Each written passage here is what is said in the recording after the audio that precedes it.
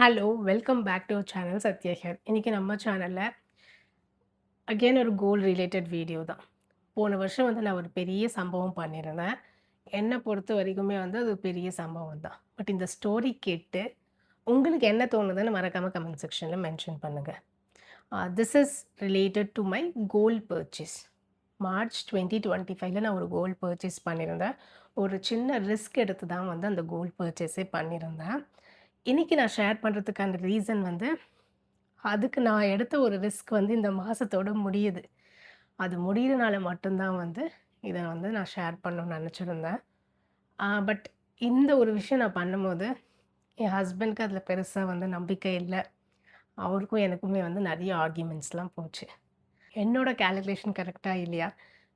So இதெல்லாம் வந்து நீங்க சொல்லுங்க. இன்ட்ரெஸ்ட் இருந்தா இந்த வீடியோ கம்ப்ளீட்டா வாட்ச் பண்ணி கமெண்ட் பண்ணுங்க. இன்ட்ரெஸ்ட் இல்லன்னா இந்த வீடியோவ இப்பயே வந்து ஸ்கிப் பண்ணிக்கோங்க. Okay. Without getting delay let's get into the video. என்னோட வீடியோஸ் வந்து கன்டினியூஸா பார்க்குறவங்களுக்கு தெரிஞ்சிருக்கும். இந்த பீமா ஜுவல்லர்ஸ் பத்தி நெறைய வீடியோஸ் வந்து நான் போட்டிருக்கிறேன். அதில வந்து ஆல்மோஸ்ட் ஒரு 40 கிராம்ஸ் கிட்ட வந்து நான் பர்ச்சேஸ் பண்ணியிருந்தேன். அட் ஒன்ஸ் அப்படின்னு சொல்லி ஷேர் பண்ணியிருந்தேன். அதுக்கும் வந்து நெறைய வியூஸ் போச்சு. நான் அந்த ப்ராடக்ட் ஷேர் பண்ணும்போது, இப்போ ஆல்மோஸ்ட் ஒரு 2 மில்லியன் வியூஸ் இருக்கு. பட் அந்த ப்ராடக்ட் நான் எப்படி வாங்கியிருந்தேன், அதுக்கான ஒரு ஸ்டோரிய வந்து இந்த வீடியோல வந்து ஷேர் பண்ணலான்னு இருக்கேன். ஸோ லாஸ்ட் இயர் மார்ச் 2025 அப்போ, இதே மாரி தான் கோல்ட் ரேட் வந்து ஏறிட்டே போது. நான் வாங்குற அன்னைக்கு வந்து 7,700 இருந்தது. ஸோ 7,700 இருக்கும்போது, ஆ சரி நான் யோசிச்சேன். ஒரு கோல்ட் சீட் போடலான்னு வந்து பார்த்தேன். ஒரு இந்த வருஷம் வந்து ஒரு 40 ஒரு 50 கிராம்ஸ் வாங்குற மாரி ஒரு கோல்ட் சீட் போடலான்னு வந்து நெனச்சு வச்சிருந்தேன். பட் அந்த டைம்ல அது எப்படி இருந்துச்சுன்னா, எவ்ரி மந்த் வந்து 500, 600, 700 1 கிராமுக்கு வந்து அவ்ளோ இன்க்ரீஸ் ஆயிட்டு இருந்தது. ஸோ அந்த டைம்ல நான் கோல்ட் சீட் போட்டு, மார்ச் 2025ல நான் கோல்ட் சீட்டே போட்டேன்னு வச்சுக்கோங்க. அன்னைக்கு கிராம் ரேட் வந்து 7,500. நான் ஒரு 20,000, 30,000 கூட சீட் பே பண்றேன். ஆனா 10 மந்த்ஸ் கழிச்சு அந்த கோல்ட் ரேட் வந்து 9,000 டச் பண்ணியிருக்கும். ஸோ எனக்கு கண்டிப்பா வந்து அதில ஓரளவுக்கு லாஸ் இருக்கும் இல்லையா? ஸோ இத அனலைஸ் பண்ணி எனக்கு வந்து இந்த கோல்ட் ஷீட் போடுறதுல அப்போ விருப்பம் இல்லாம இருந்தது. சரி கையில ஏதாச்சும் கேஷ் இருக்கா? போய் பல்க் அமௌண்ட் குடுத்து கோல்டு வாங்கலான்னு பார்த்தா, கையிலயும் எந்த சேவிங்ஸும் இல்லாம தான் இருந்தது. சரி என்ன பண்ணலாம் அப்படின்னு யோசிக்கும்போது, எனக்கு இந்த ரிப்பீட்டடா கால்ஸ் வந்துட்டே இருந்தது. HDFC ஆக்சிஸ்ல பெர்சனல் லோன் எடுத்துக்கங்க. டாக்குமெண்டேஷன் தேவையில்ல. ஆப்லேயே வந்து வித்தின் 1 மினிட்ல உங்களுக்கு கிரெடிட் ஆயிடும். உங்க கிரெடிட் ஸ்கோர் நல்லாயிருக்கு அப்படி இப்படின்னு. நெறைய தடவ இதெல்லாம் அவைல் பண்ணியிருக்கேன். கரெக்ட்டா நான் பே பண்ணியிருக்கேன். என்னோட சிபில் ஸ்கோர் வந்து எப்பயுமே கரெக்ட்டா இருந்திருக்கும். ஸோ இந்த ஆஃபர் வந்தோனே எனக்கு ஆல்மோஸ்ட் ஒரு 9 லேக்ஸ் ஆர் 10 லேக்ஸ் கிட்ட வரைக்கும் நீங்க டாக்குமெண்டேஷன் இல்லாம நீங்க லோன் எடுத்துக்கலாம் அப்படின்னு வந்து வந்துட்டே இருந்தது. நானும் பார்த்தேன். ஒரு வாரம் யோசிச்சேன். எல்லா கால்குலேஷன்ஸும் பண்ணி பார்த்தேன். அதில நான் முதல்ல கால்குலேட் பண்ணது, ஓகே நான் இன்னைக்கு கோல்ட் ஸ்கீம் போட்டேன்னா, எனக்கு அது எவ்வளோ வரைக்கும் ப்ராஃபிட்டபிளா இருக்கும் 10 மந்த்ஸ் கழிச்சு. அதில எனக்கு கண்டிப்பா வந்து லாஸ் தான் இருக்கும். சரி என்கிட்ட ஏதாச்சும் சேவிங்ஸ் இருக்கான்னா, இல்ல. சரி பெர்சனல் லோன் போம்போது, எனக்கு எவ்வளோ பெர்சன்டேஜ்க்கு வந்து இன்ட்ரெஸ்ட் குடுக்குறாங்க? ஆல்மோஸ்ட் ஒரு 11.5% இருந்தது. நான் எடுக்கிற அமௌண்ட்க்கு எவ்வளோ இன்ட்ரெஸ்ட் பே பண்ணுவேன்? அப்படின்னு கால்குலேட் பண்ணேன். அது ஒரு 30,000 28,000 என்னமோ வந்தது 1 இயர்க்கு. ஏன்னா, நான் அந்த லோன் எடுக்கிறது பெருசு இல்ல இல்லையா? அத ரீபே பண்ணணும். அந்த லோன் எடுக்கிறதுக்கு எனக்கு 2 கன்ஸ்ட்ரெயின்ட் இருந்தது. முதல்ல ஐ மீன் நாட் கன்ஸ்ட்ரெயின்ட் ப்ரீ ரிக்விசிட்ஸ். முதல்ல நான் செக் பண்ணது, என்னால எவ்வளோ மந்த்லி பே பண்ண முடியும்? என்னால வித்தின் 1 இயர்ல க்ளோஸ் பண்ண முடியுமா? இந்த 1 இயர்ல நான் வொர்க் பண்ற ப்ராஜெக்ட் வந்து அந்த 1 இயர்க்கு இருக்குமா? ஏன்னா, அதுதான் எனக்கு ரொம்ப பெரிய விஷயம். ஆ நான் வந்து லோன் எடுத்துட்டு, நடுவுல எனக்கு ப்ராஜெக்ட் முடிஞ்சுட்டோ, இல்ல இன்னொரு ப்ராஜெக்ட் கிடைக்காமலையோ, நான் பெஞ்ச்ல இருந்தோ, ஏதாவது ஒரு அன்சர்டனிட்டி வந்தா, எனக்கு அது வந்து பர்டனா இருக்கக்கூடாது. அத பத்தியும் நான் யோசிக்கணும். அப்பதான் நான் வந்து ஒரு ப்ராஜெக்ட் வந்து மெட்டர்னிட்டி லீவ் முடிஞ்சு, அந்த முன்னாடி இயர் 2024 நவம்பர்ல தான் நான் ப்ராஜெக்ட்லயே வந்து ஆன் போர்ட் ஆகுறேன். ஆல்மோஸ்ட் ஒரு 1 1/2 இயர் போல அந்த ப்ராஜெக்ட் போகும். ஸோ கண்டிப்பா அந்த ப்ராஜெக்ட் முடியறதுக்குள்ள இந்த லோன் வந்து கிளியர் ஆயிடும். இது 2ம் எனக்கு கிளாரிட்டி இருந்தது. ஸோ நெக்ஸ்ட் நான் திங்க் பண்ணது, இந்த கோல்டு இந்த அமௌண்ட்க்கு இவ்ளோ இன்ட்ரெஸ்ட் பே பண்ணணும். பட் 10 மந்த்ஸ் கழிச்சு, இந்த லோன் முடியும்போது கோல்ட் ரேட் எவ்வளோ இருந்திருக்கும்? அது எனக்கு ப்ராஃபிட்டபிளாக இருக்குமா இருக்காது. ஸோ நீங்கள் பார்த்தீங்கன்னா ஏதாச்சும் ஒரு லோன் எடுக்கும்போது நீங்கள் நிறைய இயர்ஸ் போனீங்கன்னா உங்களுக்கு பெர்சன்டேஜ் கம்மியாக கிடைக்கும். பட் நீங்கள் ஷார்ட் டேர்ம்க்கு எடுக்கிறீங்க அப்படின்னா கண்டிப்பாக அதுக்கு பெர்சன்டேஜ் வந்து அதிகமாக இருக்கும். அதிகமானா அரவுண்ட் 11% 12% கண்டிப்பாக இருக்கும். நான் எடுத்தது பார்த்தீங்கன்னா 15 மந்த்ஸ் 12 மந்த்ஸ்க்கு வந்து மினிமமே வந்து 15 மந்த்ஸ் தான். ஸோ அந்த 15 மந்த்ஸ்க்கு வந்து நான் எடுத்த லோன் வந்து அரவுண்ட் 3,50,000 கரெக்டாக ஞாபகம் இல்லை, சாரி. ஸோ இந்த அமௌண்ட் தான் எடுத்திருந்தேன். 3,50,000 நினைக்கிறேன், கரெக்ட். 3,50,000 நான் வந்து எடுத்திருந்தேன். 3,50,000 or 60. ப்ராசஸிங் ஃப்ரீ அரௌண்ட் 3,000 என்னமோ போச்சு. Insurance around 1,000 2,000. இன்சூரன்ஸ் எதுக்கு நான் வந்து ஏதாவது ஒரு அன்சர்டனிட்டினா என்னோடய டிபெண்டன்ஸ்க்கு அந்த ப்ரெஷர் போகாது. இந்த மாதிரி என்னோட பேரில் வந்து இந்த லோன் இருக்குது, நீங்கள் தான் பே பண்ணணும், அந்த மாதிரி இருக்காது. இன்சூரன்ஸ் வந்து கட்டும்போது இன்சூரன்ஸ் எப்பயுமே எந்த லோன் எடுத்தாலும் இன்சூரன்ஸோடு எடுத்துக்கோங்க. அதனால் ஏதாவது ஒரு அன்சர்டனிட்டினா உங்களோட டிபெண்டன்ஸ் வந்து அஃபெக்ட் ஆக மாட்டாங்க. இதெல்லாம் போய் வந்து அரௌண்ட் 3,40,000 50,000 ஏதோ கைக்கு வந்த மாதிரி இருந்தது. ஓகே, இந்த அமௌண்ட் யூஸ் பண்ணி அந்த டைமில் இந்த பீமா கோல்ட் ஜுவல்லர்ஸில் 0% மேக்கிங் சார்ஜஸ் அப்படின்னு ஒரு ஆஃபர் வந்து விட்டுருந்தாங்க. அந்த டைம்லேயே இல்லை, அதுக்கு முன்னாடியே அந்த ஆஃபர்ஸ் இருந்தது. என் ஃப்ரெண்டு வந்து அதை யூட்டிலைஸ் பண்ணியிருந்தேன். இது நான் இதுக்கு முன்னாடி கூட சொல்லியிருக்கேன்.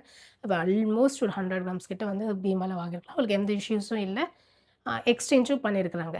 ஸோ இதெல்லாம் பார்த்தோன்னே சரி, இந்த லோன் போட்டேன்னா எனக்கு ஒரு கமிட்மெண்ட் இருக்கும். அந்த கமிட்மெண்ட்டை நான் கண்டிப்பாக முடிச்சிடுவேன் 12 மந்த்ஸில் 12 ஆர் 15 மந்த்ஸில். அதோட என்கிட்ட வந்து 15 மந்த்ஸ் கழிச்சு என்கிட்ட கோல்டும் இருக்கும் இன்னொரு சைடு. அதோட கோல்டு வேல்யூவும் வந்து இன்க்ரீஸ் ஆகிருக்கும். இது எப்படின்னா நம்மக்கிட்ட இருக்கிற கோல்டை பிளெச் பண்ணி புதுசாக கோல்டு வாங்குவாங்களோ அந்த மாதிரி ஒரு டெக்னிக் தான் ஆல்மோஸ்ட். நான் இது பண்ணேன். பட் இன்னொரு சைடு வந்து எனக்கு கொஞ்சம் தோணிகிட்டே இருந்தது, என் கையில் காசு இருந்து வாங்கிறத விட இல்லாமல் இந்த மாதிரி லோன் போட்டு வாங்குறது வந்து அது கரெக்டான விஷயமா அப்படின்னு சொல்லி நிறைய ஸ்பெக்குலேஷன்ஸ் எனக்கு இருந்துகிட்டே இருந்தது. என் ஹஸ்பண்ட் கிட்ட டிஸ்கஸ் பண்ணும்போது அவருக்கு பிடிக்கவே இல்லை. வேணாம், எதுக்கு, நீ வேணால் சேர்த்து வச்சு கூட வாங்கிக்க, எதுக்கு இப்படி போய் வாங்கணும் அப்படின்னு தான் வந்து சொல்லியிருந்தாங்க. But then சம்மவ் I convince. நான் இந்த கேல்குலேஷன்ஸ்லாம் எக்ஸ்பிளைன் பண்ணதுக்கப்புறம் ஓகே இஷ்டம் அப்படின்னு சொல்லிட்டார். நானும் 3,50,000க்கு கோல்டு வாங்கிட்டேன். 7,700 என்னமோ கிராம், 40 கிராம்ஸ் கிட்ட வாங்கியிருந்தேன்.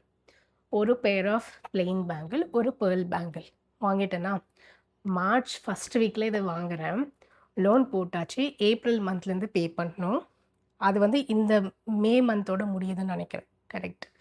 அது ஏன் மே மந்தோட முடியுது, 12 மந்த்ஸ் தான் கணக்கு வருதுன்னா அதுக்கு ஒரு ரீசன் இருக்குது, சொல்கிறேன். பே பண்ணிட்டேன்னா வீட்டுக்கு கோல்டும் வந்துச்சு, பியூரிட்டி எல்லாம் செக் பண்ணிட்டேன், எல்லாம் ஓகேவாக இருந்தது. பட் மார்ச் எண்டில் நாங்கள் பிளான் பண்ணாத ஒரு இன்வெஸ்ட்மெண்ட் பண்ண வேண்டியதாகி போச்சு. ஏற்கனவே இருக்கிற கோல்டெலாம் வந்து பிளெச் பண்ணோம். அந்த சேவிங்ஸு அது இதுன்னு எல்லாம் ட்ரை பண்ணி பார்க்குறோம். ஸோ ரொம்ப டைட் ஆகிடுச்சு. அந்த டைம் நான் உண்மையிலே ரொம்ப ரெக்ரெட் பண்ணேன். இதை நான் பண்ணாமல் இருந்திருக்கலாம், இந்த ஒரு விஷயம் வந்து நான் டச் பண்ணாமல் இருந்திருக்கலாம், இந்த டெசிஷன் நான் எடுக்காமல் இருந்திருக்கலான்னு வந்து உண்மையிலுமே 100% நான் ரெக்ரெட் பண்ணேன். ஏன்னா இப்போ புதுசாக இது ரொம்ப முக்கியம். அந்த இன்வெஸ்ட்மெண்ட் வந்து எனக்கு ரொம்ப முக்கியம். இது முன்னாடி பிளானில் இல்லை, அது இல்லாதனால அந்த விஷயம் நான் பண்ணிட்டேன். பட் இப்போ என்ன பண்ணுறது, it is up to the neck அப்படின்னு. But fortunately by God's blessings எந்த லோனும் நான் மிஸ் பண்ணல. அந்த ஏப்ரல்லேருந்து அக்டோபர் வரைக்குமே வந்து பே பண்ணிட்டு வந்தேன். அக்டோபரில் வந்து எனக்கு போனஸ் அமௌண்ட் வந்திருந்தது ஆஃபீஸ்லேருந்து. அந்த டைமில் நான் கோல்டெலாம் வந்து பிளெச் பண்ணியிருந்தேன். அதுலேருந்து கொஞ்சம் வித்ட்ரா பண்ணலான்னு நினச்சிருந்தேன். அது பண்ணாமல் இந்த லோன் அமௌண்ட் வந்து ஆல்மோஸ்ட் ஒரு 1.5 lakh ஆர் 1,80,000 பேலன்ஸ் இருந்தது நினைக்கிறேன். எனக்கு கரெக்டாக ஃபிகர் ஞாபகம் இல்லை. ஒரு 1 lakh போல் வந்து நான் பார்ட் பேமெண்ட் பண்ணிட்டேன். ஸோ பார்ட் பேமெண்ட் பண்ணனால எனக்கு மிச்சம் ஒரு 60,000 70,000 தான் பேலன்ஸ் இருந்தது. அதுதான் இந்த 5 months வந்து நான் கட்டிட்டு வந்திருந்தேன். ஸோ டோட்டலி நான் போட்ட 3,50,000க்கு எனக்கு வந்து இன்ட்ரெஸ்ட் ரேட் எவ்வளோன்னு பார்த்தீங்கன்னா 28,000 ஃபார் திஸ் 15 months. இந்த 15 monthsக்கு நான் பே பண்ண எக்ஸ்ட்ரா அமௌண்ட் வந்து 28,000.